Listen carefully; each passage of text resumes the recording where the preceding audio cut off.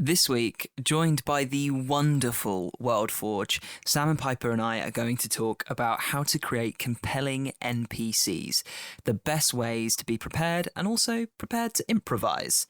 Also, our giveaway winners are announced. Welcome to We Speak Common.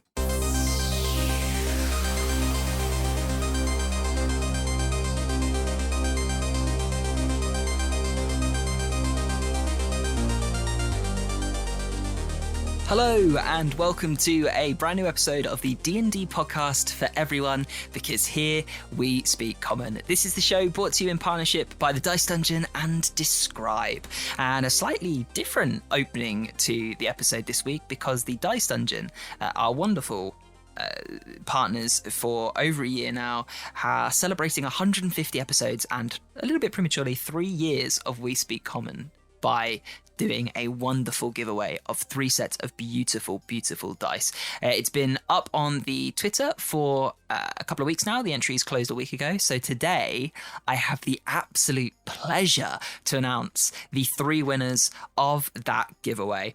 And it's always fun trying to pronounce people's names that you've not heard said out loud before. So I apologize if these go a bit awry. But our first winner of the D&D dice, and so the winner of the rainbow white set of dice is Witchy Mama, which is a lot of fun to say. Witchy Mama Tristan, that is at Danica Izel. Congratulations, you are the winner of the first set of dice. We'll of course put all of these out in a tweet too.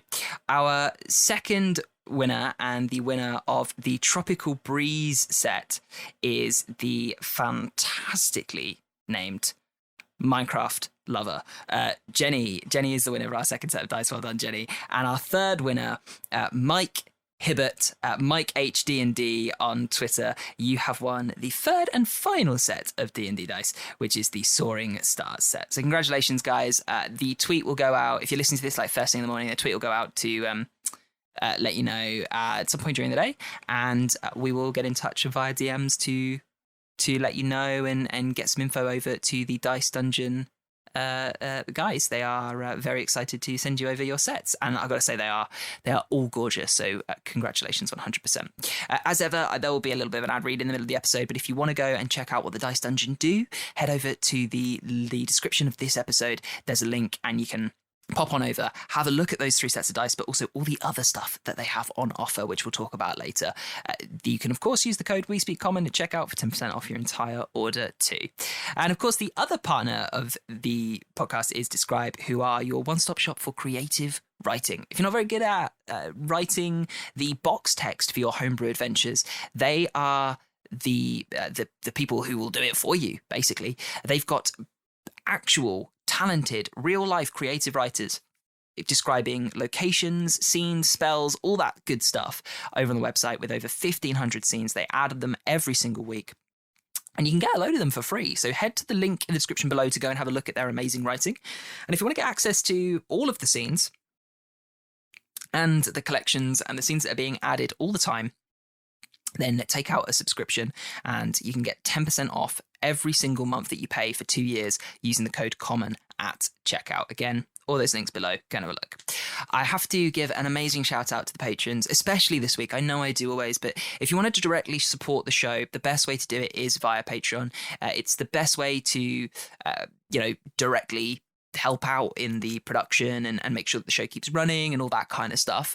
But also it gets you access to the really, really cool We Speak Common Discord server. And I know I sound like, I have to say it's really, really cool, but I'm actually so proud of the community that we've got growing there. It's one of my favorite places to hang on the internet, and we're always chatting and always talking. Like every day I think I'm messaging people in there and we're having conversations both about D&D and not about D&D. So if you want to join that, then come and support the Patreon. You also get access to the occasional extra content for 5th edition that I create and release on the Patreon too. But if you don't want to do that, I know not everybody maybe has the money to spend or wants to spend the money on this free content that's available on the internet. Why would you when it's free anyway? Then that's cool. Just do us a favor and share the podcast with your D&D group, or just share it on the internet. Tweet it out to those Facebook groups. You don't tweet on Facebook. Tweet it out on Twitter and send it to those Facebook groups and all that good stuff, because it really does help for a little bit of exposure and to grow the amazing community. all I want to do is add more friends to this big community. So go ahead and help on out. So with all of that out of the way, hello to the wonderful Sam and Piper. How are you both? Hello. Hi. Hello. We're doing really good. We are. We said hello in unison. Yeah. If I'm only actually it was impressed. in tune. We're doing great. You guys have been on before, I think a couple of times. Or Sam, you've definitely been on a couple of times. I think Piper, you've been on at Yes. least once before. Yep. Yeah. I think it was twice. I've enjoyed both times, but it's nice to be back here with Piper, with the whole crew here. Yeah, I mean, you came back, which says a lot. So Yeah. I'll take that. That's a compliment and a half. But I think it was. We were trying to work out when it was, and it's been quite a while. Yeah. So before we do anything else, tell us who you are, what you do on the internet, and where people can find you. Ooh. Yeah. All right, Sam, you take the lead on that one. I'll all chime right. in with the fun information Oh, afterwards. yeah, all right. I'll get all the boring stuff out of the way. So we are the World Forge podcast. We every week have a show where we take random prompts from our listeners, from random word generators, from pop culture, movies, television shows, comics, whatever, and we create monsters and characters and stories, adventures, all kinds of fun stuff for D&D. So we like to kind of infuse a little bit of chaos into people's games, and we hope that we are helping kind of inspire people to build bigger and better and more interesting stories. We have a really, really awesome community of people that follows us that gives us so many awesome ideas and tips and tricks, and we really like getting to kind of collaborate with all of our listeners on telling stories. So that's kind of the thesis of our show, I think, is that the best kind of storytelling is the storytelling you do with your friends, right? So yeah, that's kind of what we're all about here. Yeah, and what's new and exciting since last we talked to you, Sam and I have since gotten engaged to each other. Yeah. And we also bought a house. So we're to just each other. Yeah, to each other. Yeah. We bought the house together. We were just trucking along. So we're checking off a bunch of stuff on our We're Adults Now bingo card. Yeah, we're quite literally living a different life. Yeah. The last time we spoke to you. So yeah. 100%. Yeah. And I've been I think we're connected on every single form of social media that we have now. Yes. So I see your little life updates and I'm like, oh, friends. So Yay.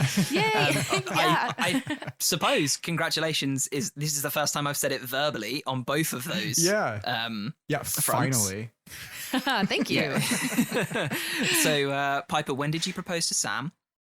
Well, I proposed to him in the winter time, and I took him out on a beautiful sleigh ride. And when I got us good and lost, then I asked him, I was like, if we die in this frozen night, I hope that you will at least take my hand. And he was Yeah. like, yes, swoon. Yeah, exactly. Yeah. Santa Claus was there. We had to cut open Santa Claus and sleep inside of him, like Yeah, of Tauntaun course. style, so we Yeah. could stay warm and That's why survive. nobody got presents this year. Yes, Yeah. exactly. Sorry, guys.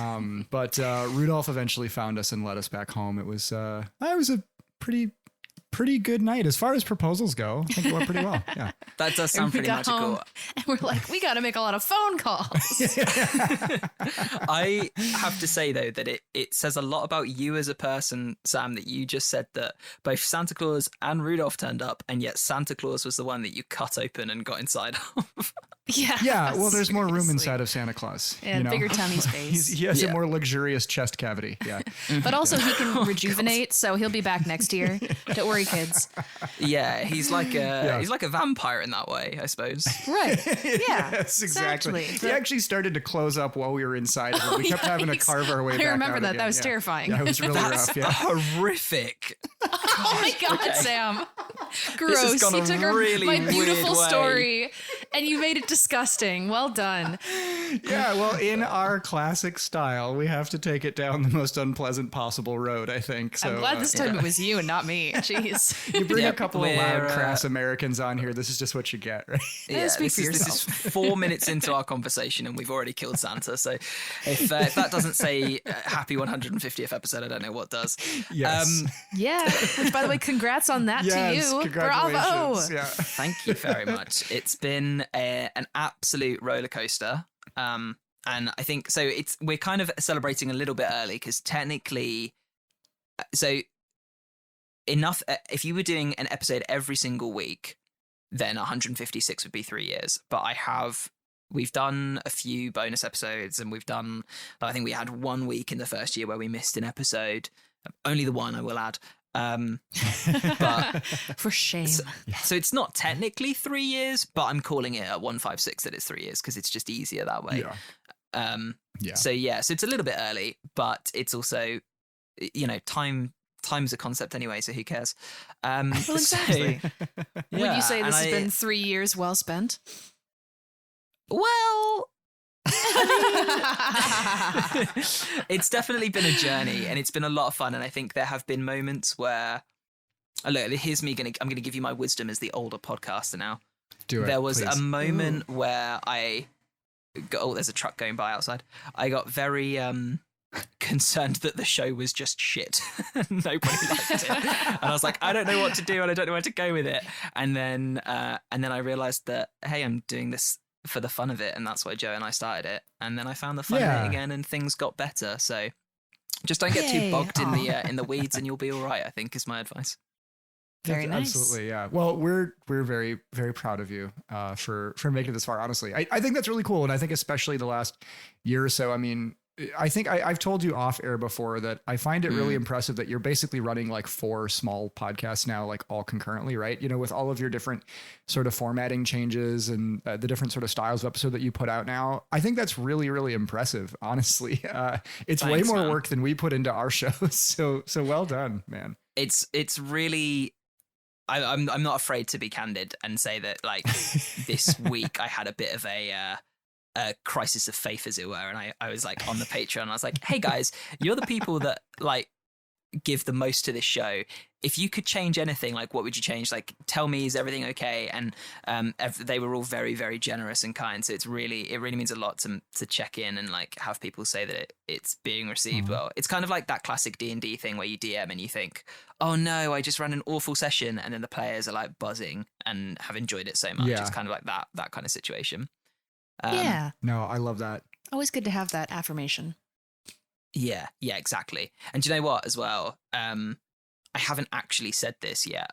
I've kind of hinted that I'm working on something, and I'm not going to say any more than this single sentence, but there is another show coming. Whoa. Dang. Okay. Just amazing. keep piling it on. Cannot wait. All right. I'm going to call that a World Forge exclusive, because we're World Forge and we're here and it's an exclusive. So absolutely. Yeah, you can quote it as that if you like, if that helps in any way. But yeah, I don't know when it's coming. There's still a lot of work to do, but it is probably about 2/3 of the way done. So in production concept. So that's very exciting. Very but that's cool. not Awesome. what we're here to talk about. Not at all. No. Shut up about it. Yeah, God, Ben, get out the limelight. So the reason I wanted to get you guys on was because A, you haven't been on in so long, and B, yes, I think we said this last time you were on too, but you were the first guests we had on the show, and very recently I've got back into a position where I can put a bit more time into organising external guests other than just the people from my table to come on the show. So I put the feelers out there, and I've had a good response, and I was like, who better to start with than you two? Huzzah. Aw, yeah, well, what an honor. love it. Well, Love it. I mean, it doesn't mean that much. It's only me and the Brits over here. But, yeah. And so I was looking through the topic suggestions on the server literally before you jumped in to try and work out who submitted the topic that we're going for today, and I cannot for the life of me work it out. And I know that everybody's going to think that means that it was actually Sam who submitted the topic, and I just don't want to say it because he submits every single topic, but I guarantee 100% it wasn't Sam. So No. today we're talking about compelling NPCs and how to make them and how to run them, and you guys do this all the time, both with NPCs and with worlds and storylines and things. So I want to hear about and talk about the way that you do it. And I Piper, you DM as well, don't you? I'm not mistaken in thinking that.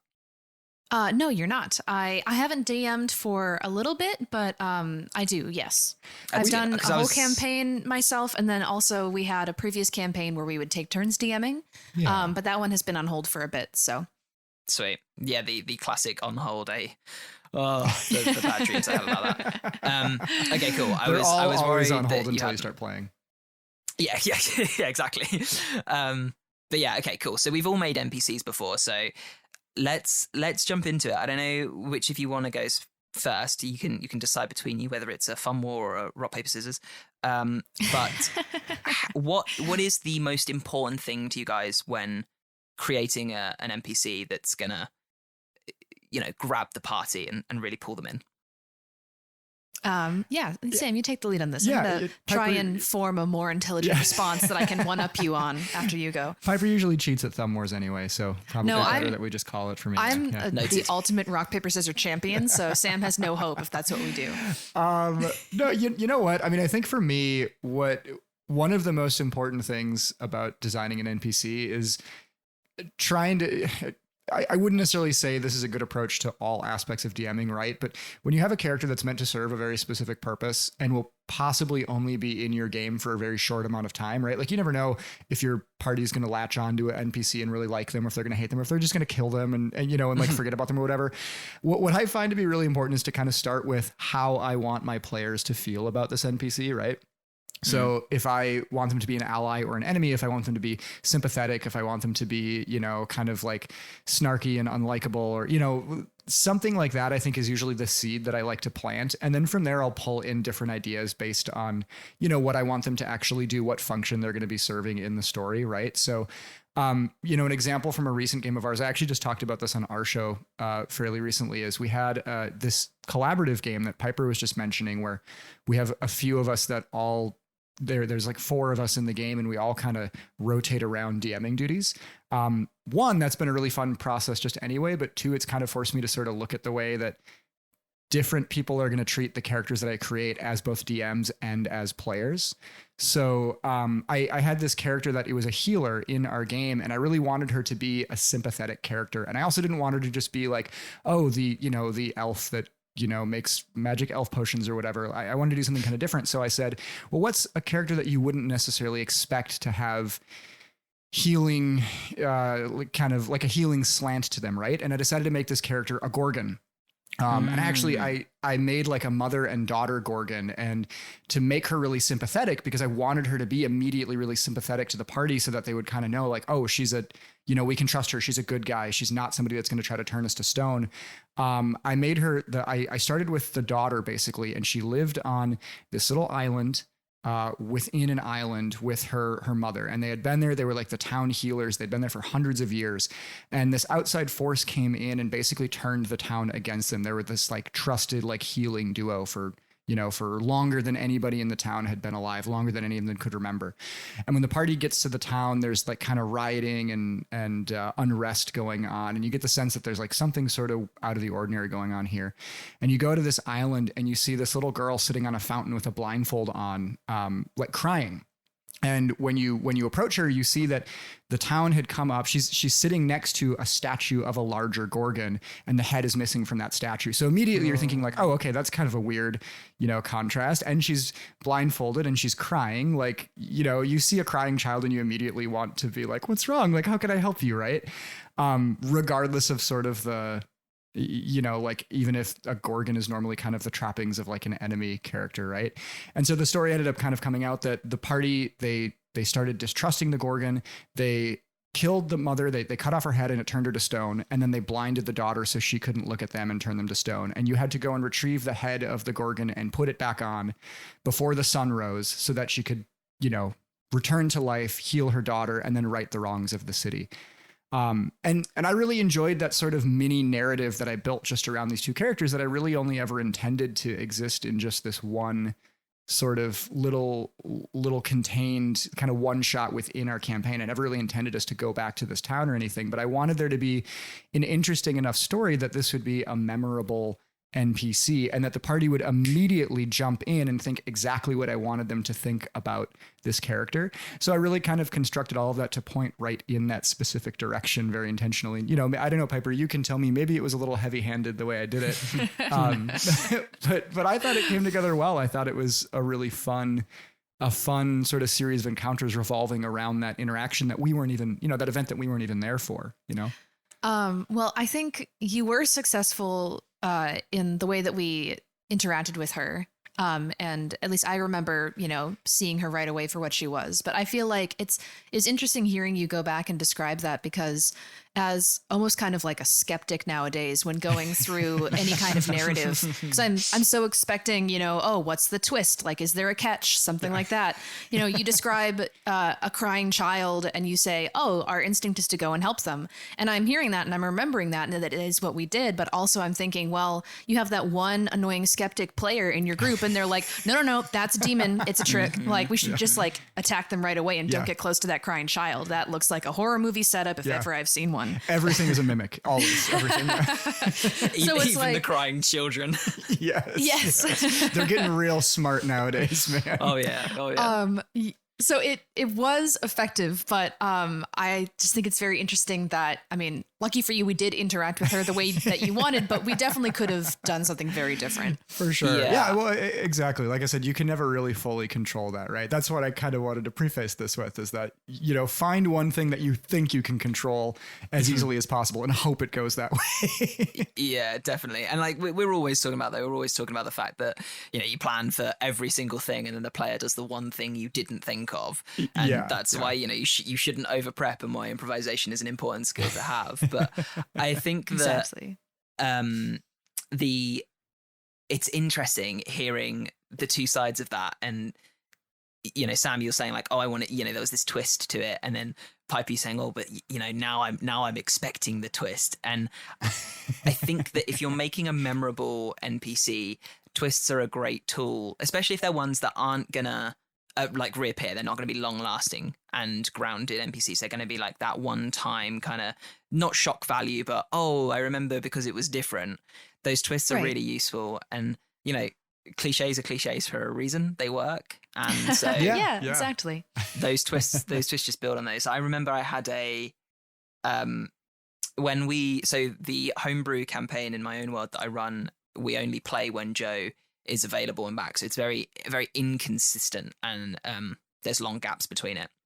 And they had set themselves up the last time we played to go into this ancient abandoned like wizard's tower type school place, and the whole place reeked of death and mutation, and like the apprentice, they found notes of like the apprentices' names, and like they were scratched out, and there was these weird creepy monsters there that turned out to be what was left of the apprentices and things. And so this whole place was like kind of a bit horror vibey. And in the notes they'd found that the wizard had made friends with someone that had a name. I forget what the name was without going back and looking at my notes, but there was just this name that was mentioned. They weren't referred to with a gender. It was either an it or a they, which, they're a bit confused by like, what would you refer to as it? And the notes talked about like making it its friend and seeing it one last time before he left, and how it was in the ground beneath the tower. And they were really like ready for something creepy and extra weird in like that boss fight. Yeah. And when they got down there, they found a beholder, and immediately they were concerned because they were obviously, a beholder, you would be concerned, right? But they were for sure thinking, oh, it's a dragon, or it's like something like a dragon because it likes collecting things. And they're walking down these caves and they're seeing piles of like jewelry, and then piles of cutlery, and then piles of armor, and all these things that this creature has hoarded and collected. And it turned out to be a beholder who was really friendly and just liked collecting stuff and had made friends with the wizard. And when the wizard had left, he had gifted the beholder his phylactery to wear around his neck because he transformed into a lich. And so such trust. Wow. Yeah. So they were like, oh my God, this is a character that we're never going to forget now, because it's a friendly beholder, if you treat it right, who has been entrusted to every so often kill underdark creatures and allow the phylactery to absorb their souls. And it's such a weird little like combination of alliances between people that now, even though they're probably never going to meet that beholder ever again, they're going to remember it. Yeah. I think that's a kind of, I want to say almost classic sort of approach to making a character interesting. And I think we kind of talked about this on another, maybe the same episode that you're referencing, Sam, but the idea of taking something that everyone has like an understanding about and then, giving it a unique character trait that kind of makes it stand apart from the previous, expectation of something. I think that's a good way to like make things kind of a little more interesting and exciting, because taking from, real life itself, no one is simply, what we are stereotyped to be. Yeah. Like we are all individuals with our own quirks and backgrounds and things that have influenced us in different ways. So like, I think that's a fun way to make some character very memorable and unique, is by, giving them their own little thing. I almost feel like, sorry for my, So getting all choked up. yeah, right. Yeah. No, I almost feel like maybe a good kind of concise way to put it is like, treat all of your NPCs as though they're just as complex as your PCs, right? Like approach designing a non-player character in exactly the same way you would approach designing a character that you have to play for, for a year or whatever as a player. I think kind of accidentally, it's really easy to fall into these different sort of thought processes when we play NPCs, because we think, oh, we're only going to see them for a short period of time. We can throw them away. They're disposable, right? But you don't obviously think of your player characters as disposable. You want them to stick around as long as possible. You spend all this time developing them and adventuring as them, and, and collecting treasures and gold. You don't want them to just like disappear, right? So you naturally will put more work into creating them, and you'll think of them in different ways, right? But I think it's kind of an interesting exercise to, design a PC essentially. And then at the end of that design process, just, flip the switch and turn them into an NPC instead. And you get that sort of richness of background that you would maybe not necessarily get otherwise as, something that's starting as kind of a quote unquote throwaway character. Yeah. So one thing I'd be interested to hear how you guys feel about this, especially you, Ben. So I personally tend to get very attached to anything that I create. So when I do, Sam's mentioning, like these throwaway characters, it's hard for me to do that as a DM, because I don't know. I guess for each little interaction, I usually, I put a lot of, I feel I put a lot of heart into each one. Yeah. And I shouldn't get attached to little people that we may never see again, but I often do. Because when I just start thinking about something, my mind starts developing entire backstories and stuff. I can't have just like a man who is a butcher and not be like, but is he married? Like, does he have kids? Is he a good dad? Like, I need to know more about my butcher. Like, is he someone you could go and talk to if your wagon breaks? Will he help you out? So I don't know. I go hard with my side characters. I don't know. How do you guys feel? I feel the same way. Yeah, I think I'm the same, but I'm slightly different. So like, I think whenever that's very unprofessional. My phone's going off. Whenever it's okay. It's D&D related. It's our time tree telling me that there's a game in an hour. So that's good. Joe and I talked about this, I don't know, 1.5, 2 years ago, when we talked about creating those really complex villains for your campaigns, and how that you need to spend time in their head, and you need to like know all their wants and their flaws and how they would react to certain situations, and then they become breathable and kind of their own situation. And I definitely do that with big NPCs. Like I do that thing, that really cliche thing where an author says, "Oh, I don't write that character. They take a life of their own. They do their own thing." Yeah. And like that does kind of happen, and there have been instances. Yeah. Because my version of the Forgotten Realms is it's always evolving, it's always moving on. We never restart. It just continues on, and things are happening. Different adventures happen at the same time, and so NPCs appear in one campaign and then they can appear in another. And there are times when I remember when the party who were playing through Dragon Heist cornered Jarl Axel, and they had him like in a trap. Like there was no way he was going to get out. And I was like, shit, I need to really roleplay him effectively enough, because if he dies now, it's my fault, and I really don't want him to, because he's a really great character, and there is no way I could bring him back from death. Like he's not one of those characters. Yeah.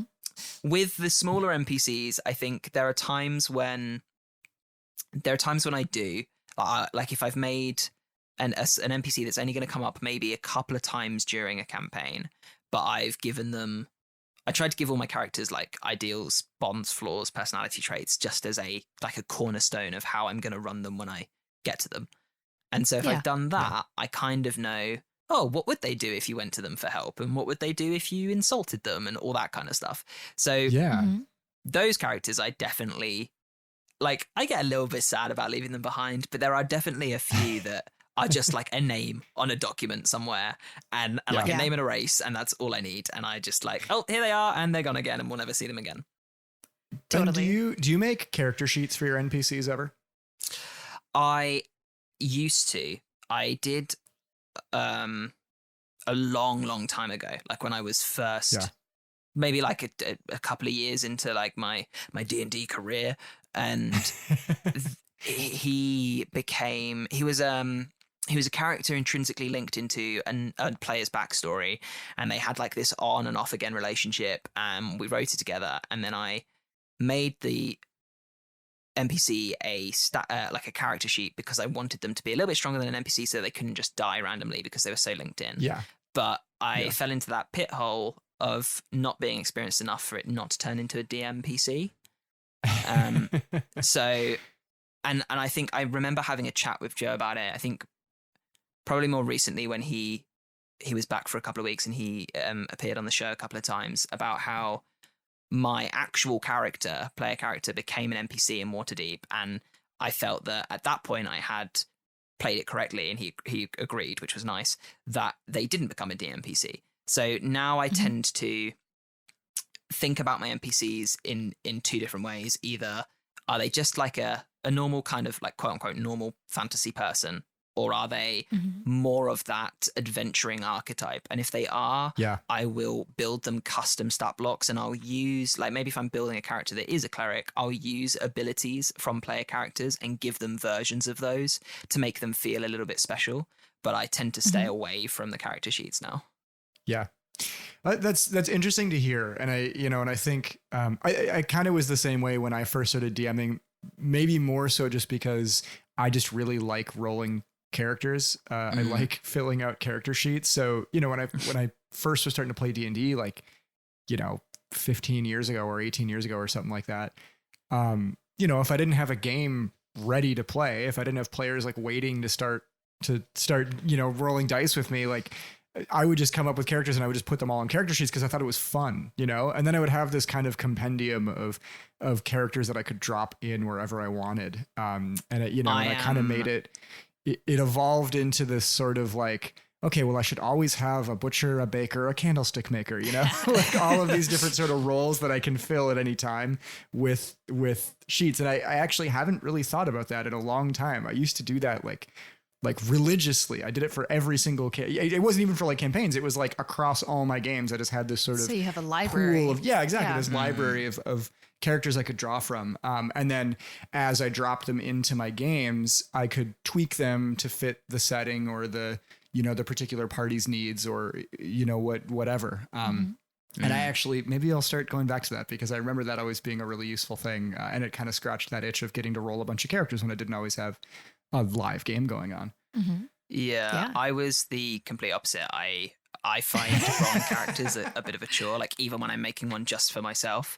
Coming up with the idea, I'm like, oh, I've got the idea for the character and they're going to be this class and they're going to play this way. But then actually like putting pen to paper and making the character, I'm like, oh God, this takes so long. And I actually find that for me, running a stat block is so much more simpler than trying to run a character sheet. I mean, it's meant to be, isn't it? But right. So I just go that way.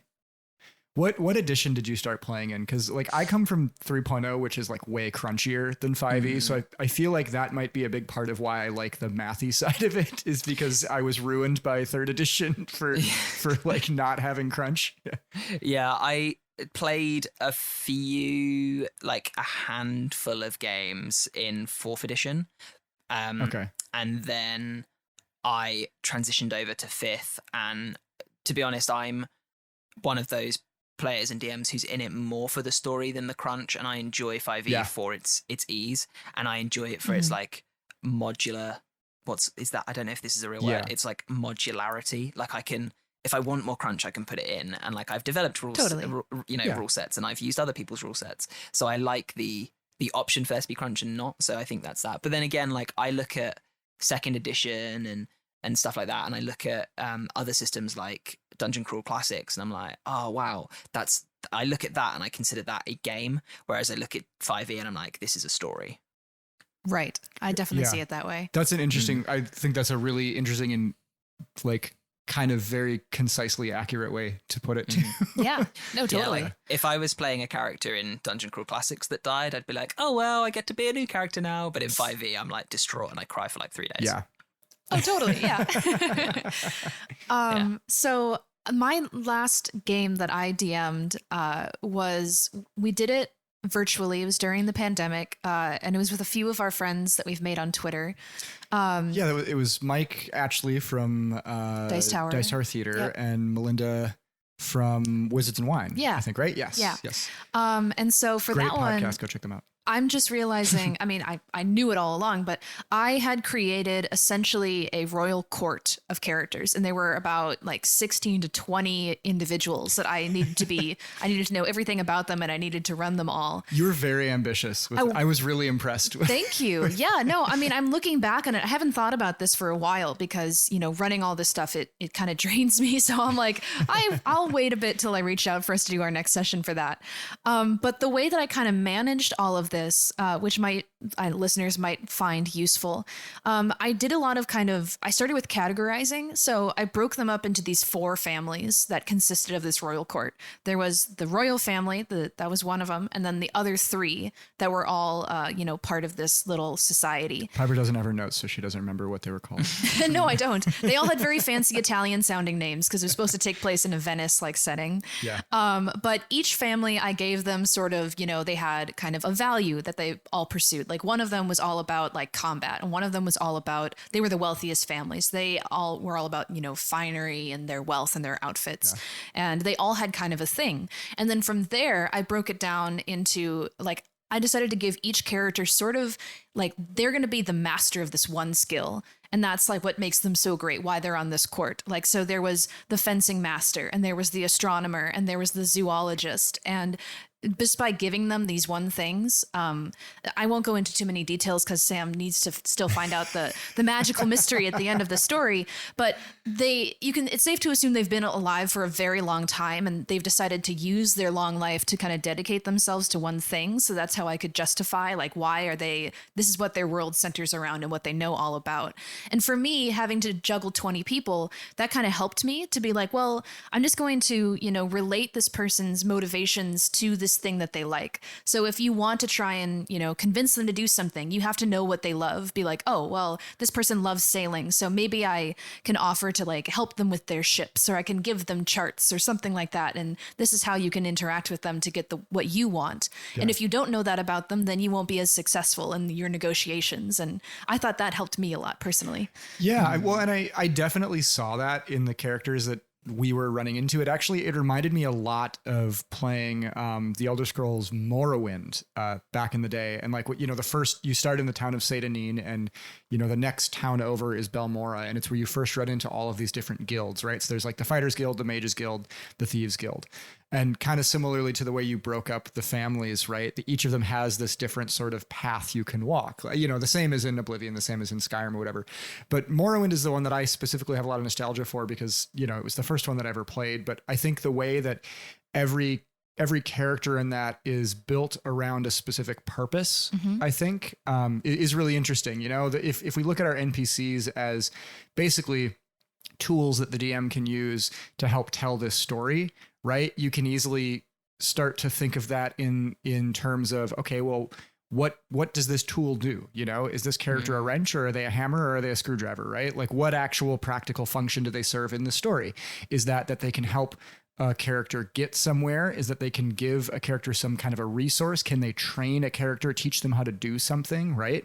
And that's really the Morrowind side that I get is, you go to these guilds, and every single different person in a guild can train you in a different skill. Like one of them can teach you to sneak, and one of them can teach you long swords, and one of them can teach you how to talk to girls. Yes, exactly. And the other one can teach you how to train your dragon. Yeah. There's a lot of different I think that's a useful way, that kind of like practical sense of your NPCs is sort of a, you have the superficial way of looking at all of them. There's this kind of aesthetic net that connects them all, and then underneath that surface there's this like net of practicality, right? And they all exist on both of these planes simultaneously, right? And so you can kind of connect the dots in that way. I think that's kind of that's what the impression that I was getting that you were trying to do. Maybe you weren't doing that intentionally, but like, you know, I felt like I saw a lot of those like traits in these characters, and, you know, maybe for listeners, that's a good way to kind of break it down. Well, cool. Yeah. I mean, it helps me keep things organized. So yeah, maybe I'm giving you too much credit. I don't know. No, I definitely have a complicated web of connections, but yeah. Piper is a mastermind, and in fact, you're probably not giving her enough credit. Like, come on. Yeah. Exactly. Thank you. They call her Little Machiavelli. Yeah. yeah, Little Don. There's a couple of things that that stuck out to me when you were talking about that. The first was that I'm just going to assume my invite to that game just got lost in the interweb, but the idea of creating like a whole bunch of, you know, important NPCs, because we talk about compelling NPCs and like importance and you know, them being compelling are two different things, but they often go hand in hand, because if you want them to be really compelling, they've probably got a reason to be there. They're not just the baker, you know.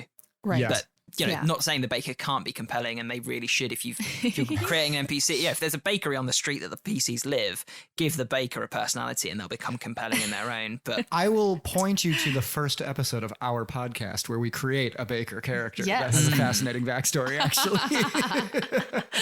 I like it. But so I was in a situation. I was in a situation where I needed to make a full ship crew of characters, and the ship had like a minimum crew of 20 and a maximum crew of 30. And I sat and I looked at my blank page and I was like, oh God, 20 characters minimum that the PCs are going to be able to talk to at any point, because they're going to be on this ship for days, right? And that's daunting. Like, how do you make those compelling? And I think what stands out through you're talking about how you did it is I took the main roles of the ships, you know, like the helms person and the captain and the first mate, and I gave them a name, a race, you know, a trait, a personality, you know, like the important stuff. And I think there were 9 of those, I want to say. And then the rest of the 11 crew, I just gave them like a name, a race, and I broke them down by, like, I said, okay, there's 2 Goliaths, there's 3 humans, there's 6 halflings, there's this many dwarfs or whatever. And I just gave them a name and a race and like a voice, and that was it. And then from that point on, they kind of took on a life of their own, and they became compelling because I never really knew what they were going to be like when the players got to them. And because they saw them in such short bursts, because their attention was just because of the sense of the game pointed towards the more specialist roles of the ship, they they kind of were like, they felt real people, because you never knew whether they're going to be nice to you or they're going to be a dick, because you don't know what their mood is. Totally. Yeah. With the other smaller characters, did I assume those personalities, they just came out in roleplay, you know, just whatever sort of came up as you were going? Yeah, I kind of had an idea. Like, I didn't write anything down, but I knew that the 2 humans were going to be like typical, like, modern day humans. Like, you might walk down the street and you hear 2 people talking, and one of them's like, oh, I'm just so fed up of just waiting around, like just really bland. And then I think there was a tabaxi whose name I've forgotten, and I knew that they were going to be very, like, just because they were a tabaxi, I was like, okay, it's a bit stereotypical, but I'm going to feed into it to make them like unique in a way. And the tabaxi was very kind of like, what's the word? They spoke. Yeah, they were like a cat. They spoke slowly, and they were very like, oh, it's nice to see you, and like, you know, very much like that kind of sultry kind of character. Okay. Gotcha. And like, I had those ideas in my brain purely because I looked at the name in the race and I went, oh yeah, a cat. Of course they'll be like this. That's stereotypical. And then that's what I did. And then I just changed them based on how they were feeling at that moment and what their relationship to the PCs were. Very nice. You know, the thing that's most terrifying about this to me is when you say I have to create 20 to 30 characters, I immediately think, oh, I have to come up with 20 to 30 names. Yes. Which is, you know, overwhelmingly the most difficult and terrifying and daunting prospect of any D&D game.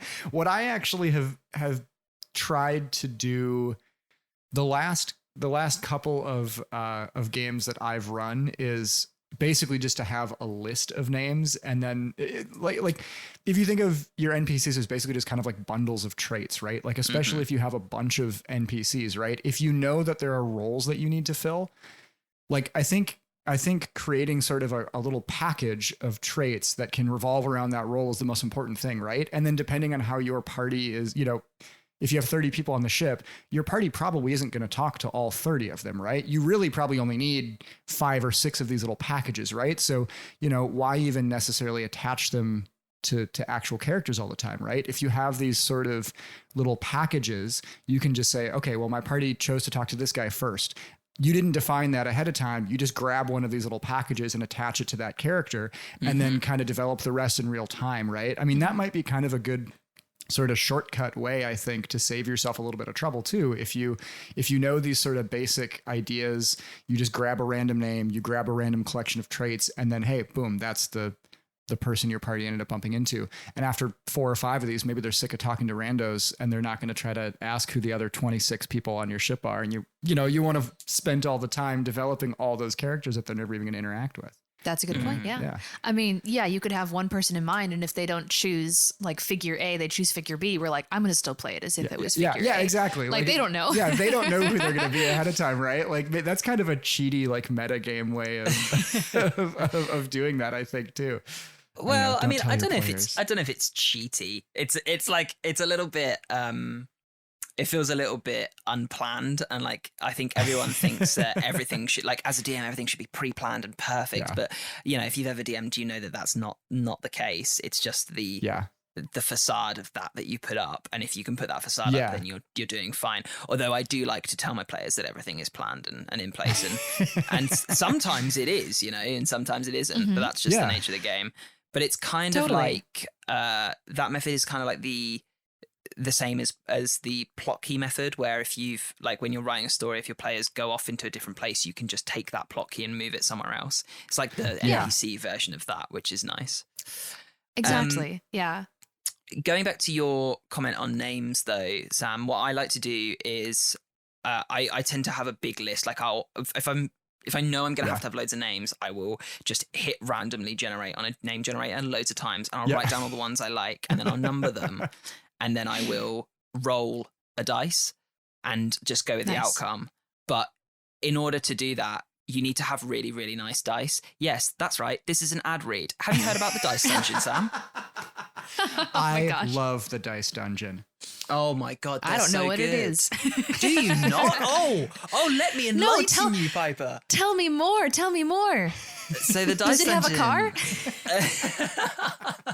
I have not seen Greece in so long. The Dice Dungeon are a wonderful supplier of premium D&D dice, or at least that's how they started. Now they are supplying all sorts of D&D paraphernalia, including 5th edition books. I have already, if you've not caught up with D&D Live, heard the announcement of Fizban's Treasury of Dragons, the new D&D book coming out in October.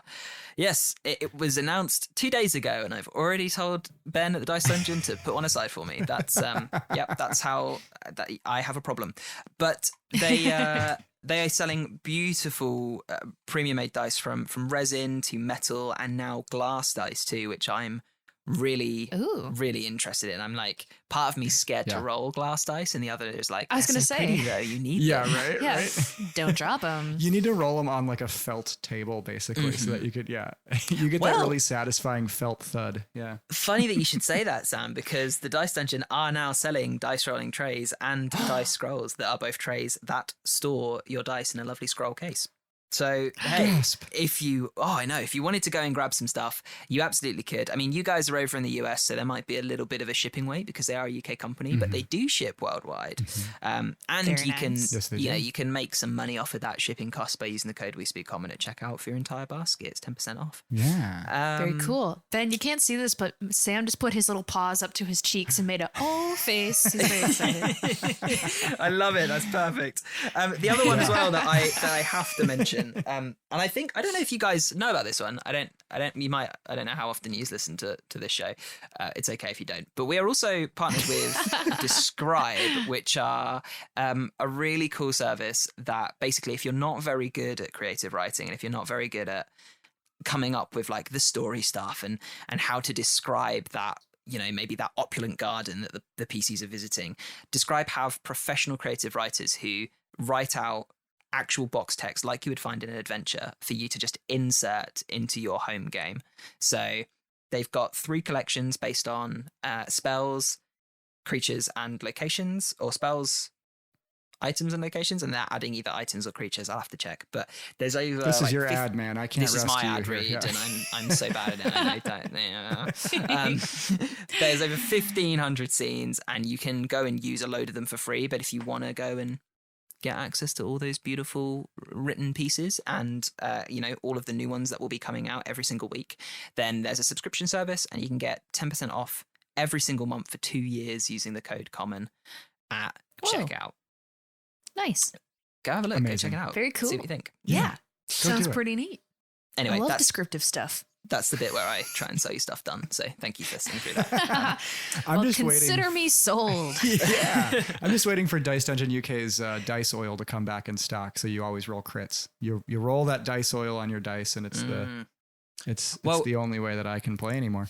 It's funny you say that, but I have a set of dice. I talk about this set so much because they are my favorite set. I was waiting so long for them to come because I was waiting for them to come with a book that I'd ordered, so I had to wait like extra long. So I was like, Ben, just send them together. It's fine. They are the Planescape Shadowfell dice, Planeshard Shadowfell dice, and they are gorgeous. They're resin, but they are like honestly the most beautiful dice I've ever seen. And I purposefully haven't used any other dice since I bought them. Like even if I have to roll like 3d6, I will just roll the 1d6 3 times because they're so nice and they always roll high. Like every single, unless I need them to roll low, it's like they know what I want. Dude, loaded dice. Can't argue with that. Well, I mean, they're not loaded. I'm not a charlatan, Piper. But they are very wonderful. So you should definitely check those out. But yeah, go have a look. Awesome. There's links in the descriptions and stuff of the episodes because that's where you can find the links. But yeah, we've got into that sort of that's how podcasts work. That's how I help make a living. We've got to that sort of point where we've given loads of tips and tricks. We were chatting a bit before we recorded, and we were talking about maybe doing a bit of a hybrid of our 2 shows where we now try and make some NPCs.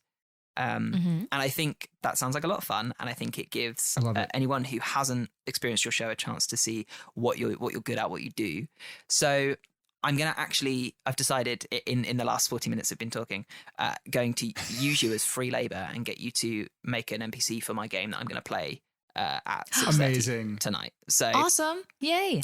I have Ben, I love what you didn't realize is that while you were using us for free labor, we were also using you for free labor to get a free advertisement for our podcast. Look, so, that's how collaborations work. It's fine. Yes, the ultimate. Yes. So I'm running a Tomb of Annihilation campaign at the moment, and my party members have literally last session just got back to Port Naranzai. So they are in the jungle city. It's got a dock. It's like very exotic and hot and lovely, sort of think like Costa Rica but a little bit more African kind of like area. And they have one party member who has unfortunately upset the Yeptka Society, the secret society that try and keep the merchant princes of the cities in power instead of anyone else. And they've given him a coin, which means that he has done something wrong, and he's tried to make up for it. And the person that he upset was a merchant princess. And she said, look, I accept your apology if you take part in the executioner's run tomorrow morning, which is this 200-foot long channel 15 feet deep in the ground, and every so often all of the Chomp people get together and they watch it like a big sporting event, and criminals or people who need to repent for something get put in one end of the run and they have to make it to the other end and climb out. If they do that, hey, they're free of their crime, they're good to go. Hey, if they don't, If they don't, it's probably because they're dead. So there is that. So he's going to be taking part in this run, chased by, I can say everything because by the time this episode comes out, he will have done it. So he's going to be running away from a dinosaur, a very hungry dinosaur. Amazing. There are a hungry jaguars Yes. or panthers in the pit, and there are some velociraptors. Thanks for translating. Yeah, it's cool. I can't remember which one I called it, so I was going for both. And then there are some the dinosaurs that everyone refers to as like the ancestors of chickens. Velociraptors, is that right? The small ones that like Velociraptors, yeah. They're the ones that are actually like chicken sized, right? Yeah. But then there's like Utah Raptor and like oh god, you know more about Megaraptor. dinosaurs than me. I don't know. There's a lot. Okay. So there's some generic velociraptors somewhere towards the end of the pit. So he's in there, but there are also I think 5 or 6 other criminals. So they are at the moment just like thug 1 to 5. So let's create an interesting thug that is going to be the main rival trying to beat Ronan to the end of Executioner's Run. Oh my gosh. Wait, I have just one clarifying question about this run. Yes. So did they like give them a head start and then they release the velociraptors and then they release the panthers? Or are they going to be waiting for them at different stages? The panthers and the velociraptors are waiting for them down the other end of the pit, like along the way. They're like prowling around. But the dinosaur, I can't remember which one it is. It's either an Allosaurus or I think it's an Allosaurus. The dinosaur that's chasing them will get released after they've made it 60 feet away because it has a speed of 60 feet. Okay. Are the dinosaurs friends, or will they like have, if they run into each other, is there issue there? They won't fight each other, but they will like fight each other. Like if one of them took down a body and started eating it and another one came along, they'd probably get in a bit of a tussle. Okay. Because it's like, this is my meat, this is my kill. Yeah. I just have to imagine all these prisoners better hope they're freaking fast. Because I feel like even 60 feet, a velociraptor is going to get you in 5 minutes, and that's not much of a show. Yeah, right. Apart from watching it eat you. So, well, this is the thing. Let's, there are some criminals who purposefully get caught committing crimes to go back into the run because they get fame from continuously surviving it. Cool. Wow. I like that. And those are the stilts guys, right? Yeah. The ones that run really far with their stilts. They're the ones You with like didn't those realize. jumpy boots that like have the springs built into them. See, okay, I'm glad that you have that as kind of a conceit already in the world, because that was the first thing I was thinking of is like, you know, most people that would go into this would be like, oh, shit, like, you know, like how am I going to possibly, you know, I'm just like, I'm just a guy, like I'm just hairy. Yeah, exactly. Like, how do I get to the other side, right? So I kind of love the idea of, you know, say you're released into this pit, you look to the guy to the left of you, expecting him to be, you know, crying and freaking out, like just like you are, and he's just got kind of a smirk on his face, and he's like, yeah, he's first so time, cool. eh? You know, like he's so confident and cool, right? And you kind of think, why? Like, why? How? You know, like, what trick does he have up his sleeve? You know, that would be what I would try to build this character around, is someone who has either done this before and knows how to get out of it, or just has this confidence. They really think like, I've got the, you know, the card that I can play that'll get me out of this every time. Whether it is, magic extendo stilts, or maybe they're, you know, maybe they're just like a ranger and their favorite enemy is dinosaurs, or maybe they're a druid and they can talk to dinosaurs, or they can wild shape into a dinosaur, you know, something like that. Yeah. I like the idea, because I typically begin with visual aesthetics. I like the idea of this main character being like a gnome, someone who's kind of short and small. Okay. Because maybe that's one of the reasons why they've been able to succeed, is because they're good at like kind of sprinting through like little obstacles, and the bigger prey, the bigger men and women who are down here are easier to be grabbed, and they can just kind of slip away. That's a good point. Like if I see a free like hamburger on a table, I'm not going to eat the free potato chip. Exactly. You know? Like, Yeah. I'm going to go right for that quarter pounder. Especially not when the potato chip has those stilts. Yeah, exactly. I really like that as well, because I know that some of the other players will look at the gnome and go, well, they've only got a speed of 25 feet, so they're screwed. And then they're like sliding underneath the legs of the other runners and stuff.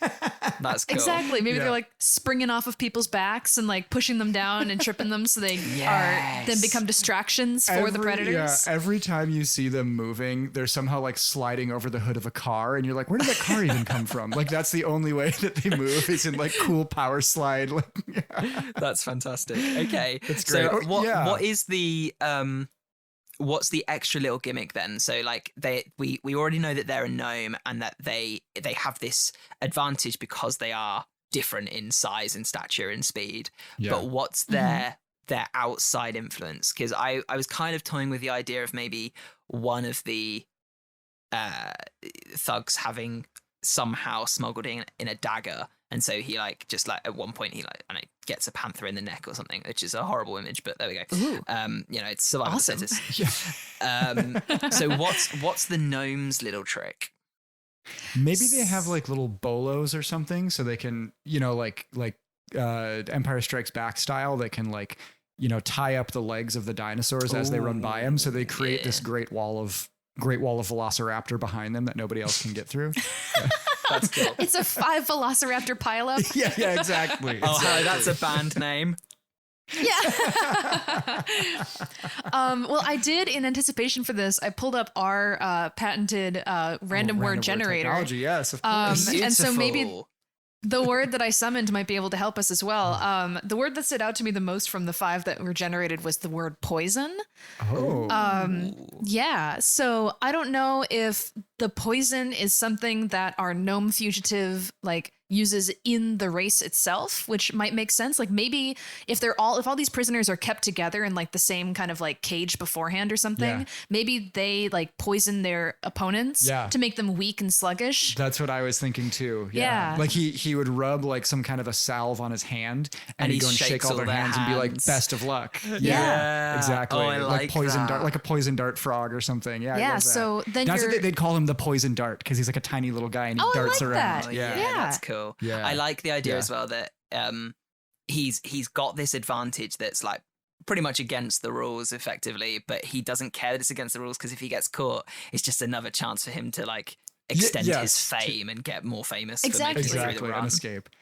He also, if we're calling him the poison dart like a frog, he definitely does need those like springy, jumpy boots so he can leap about like a little frog. Yeah, little frog magic man. shoes that are like undetected when he first goes into the. Maybe he's a gnome, so maybe they're mechanical, they're not magical, so no one realizes. Oh yeah, that yeah, they've got like little springs in literal them. little. Yeah. Awesome. Literal moon You're just wearing boots. Heelys. Yes. Oh my god, Heelys. Heelys. Yeah. That's fantastic. Okay. Yeah. Oh, I like it. You have rounded this out so quickly. You're pros at this by this point. Thank you. You know, we just run our mouths and magic happens. You know, that's just how it goes. Exactly. That's what we do. Yeah, I like it. I like it a lot. Okay, are there Like a lot. any like final things you want to add to him? Well, you know, I want to think about like what's his motivation, right? Like, you know, besides like fame and fortune, right? I mean, he could probably do that without killing all these other criminals, right? I would imagine if he's someone that is just after the glory, he's got to respect somebody else that kind of wants the same thing, which I imagine, you know, a handful of these guys are. So maybe there's like another specific criminal, like Oberyn Martell style. He's kind of going into the lion's den to, you know, to fight the mountain or whatever, right? Is there another criminal in here that they specifically have a vendetta against or something, and so they're trying to target that person specifically and give them a gruesome death? That might be kind of an interesting angle. That would I be don't know. cool. That Yeah. Or maybe it could be, I mean, for one thing, I think this person definitely needs to be an adrenaline junkie. Like, why else would they willingly go Yeah, into this again and for sure. again? They have a Red Bull sponsorship, probably. Yeah, definitely. for sure. They're absolutely. covered in sponsors all over their little outfit. But yeah, Sam, going with that idea, maybe the person that they want to face in this challenge, maybe they're not there today, but they're thinking to themselves, someday that person will come through here and they'll get captured for their crimes and they'll be thrown into this pit. I like it. And then I will like defeat them there. I don't know, something And, like I that. mean, Or they're playing the long game. or maybe that was like how they got into this in the first place. Maybe this interaction with their rival happened like years ago. And once they you know, they got their, you know, enemy or rival or whatever killed. And they said, you know what, that was kind of fun. I'm going to keep doing this, you know, and it sort of hooked them, right? That was what first drew them in, and now they're addicted to it. Yeah, and then they start to get their fame and they're like, wow, crime really does pay. Okay. Exactly. Yes. Perfect. I love Fun. I love it. I'm gonna use it. I'm absolutely gonna use it this afternoon. So that is there you go. You're in my campaign this afternoon. Well done. Yes. Huzzah! Now we have fame and immortality, just gonna like say, the poison dart. we'll- Yes. Unless never the poison die. dart dies this time. We never know. It's all going to come down to the roll of the dice. Could happen. You'll have to tell us if the poison dart dies in your session. You need to let us know, and we can have a little on-air funeral. Yeah. In memoriam. Yeah, For poison dart. I'll make sure to like re-edit the ending of this episode and have a little in memory of if he does die. Yeah. Yeah. Perfect. Okay. Yeah. We'll play. A lover Yeah, of absolutely. stilts and spring shoes. Yes. Yeah. He died doing what he small loved. of body, big of heart. Yes. Stabbing a jaguar in the face. Okay, fantastic. Great. Well, guys, thank you so much. This has been a lot. My cheeks are hurting from how much I'm smiling. So thank you for Hooray. joining me today. Before Yeah. we say goodbye and do all that, standard podcast stuff, remind the lovely people where you can be found on the interwebs. Of course. Shall I take this one? Yes, please take this one. Awesome. Well, you can find our podcast, World Forge Pod, on all of your podcast streaming services. And if you want to interact with us, because we love talking to people who listen to our show, you can find us on Twitter at World Forge Pod. And you can also send us very lengthy messages via email, worldforgepod@gmail.com. Yes, absolutely. Yeah. If you have ideas for topics that you want to hear us talk about, kind of like this one, if you have, questions for us, if there's something in your world that you want us to help you build, we love getting to take other people's creations and kind of tweak and twist and ruin them. And that's always a lot of fun for us. So consider giving us a listen or reaching out to us. Beautiful. Yeah, I will, do of it. course, I'll leave a little link to either one of your pages or your Twitter below in the description too, so people can go and grab it there as well. Damn Yay. right. Yeah. Cool.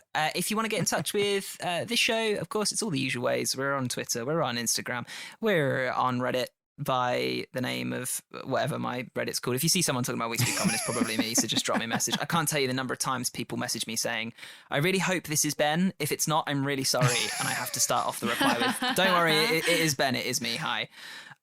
Well, that's how we met, I think, was on Reddit first. And I through remember the that, first yeah. couple interactions we had, I was like, every time I would forget, I was like, who the heck is this guy on Reddit? Because your name isn't like, No, it's like it's like some Ben, weird We Speak Common handle. or whatever, Yeah, it's a weird handle from when I was like 12, I think. And like I have multiple email addresses. Like I've got like my professional freelance email, and I've got my like work email, and I've got like the We Speak Common email, and then I've got this one that's just this weird like name from when I was 12 that unfortunately I've used for so long that like it's linked to my YouTube account that I watch things on, so it's got like over 100 subscribers that I'm like that I follow, and like all this stuff, so I can't not use it anymore. So it follows me around forever. But hey, but yes, if you want to get in touch any of those ways, Twitter, Instagram, Reddit, whatever. And of course, the email for the D&D Agony Aunt has reopened, so outwespeakcommon@hotmail.com. And if you want any of the links for things like supporting the Patreon or getting involved with just chatting away and submitting topics, they're all at wespeakcommon.com or via the Twitter where you can find the link tree. Cool. Guys, I will bid you a farewell, and I will update you on the survival rate of poison dart in due course. Awesome. Yay, good luck. Thank you so much, Ben. It was a pleasure as always coming on the show. Let's not wait a year again before we do this again. Yeah, no, let's not do that. Yeah, we don't want to wait till episode 250. Yeah, exactly. Yeah. Congrats again on 150. You did it. Congratulations. Thank you very much. we love you, my man. And that's all we got to say. Let's end the show. End it. We're done. We're finished. See you later. Bye.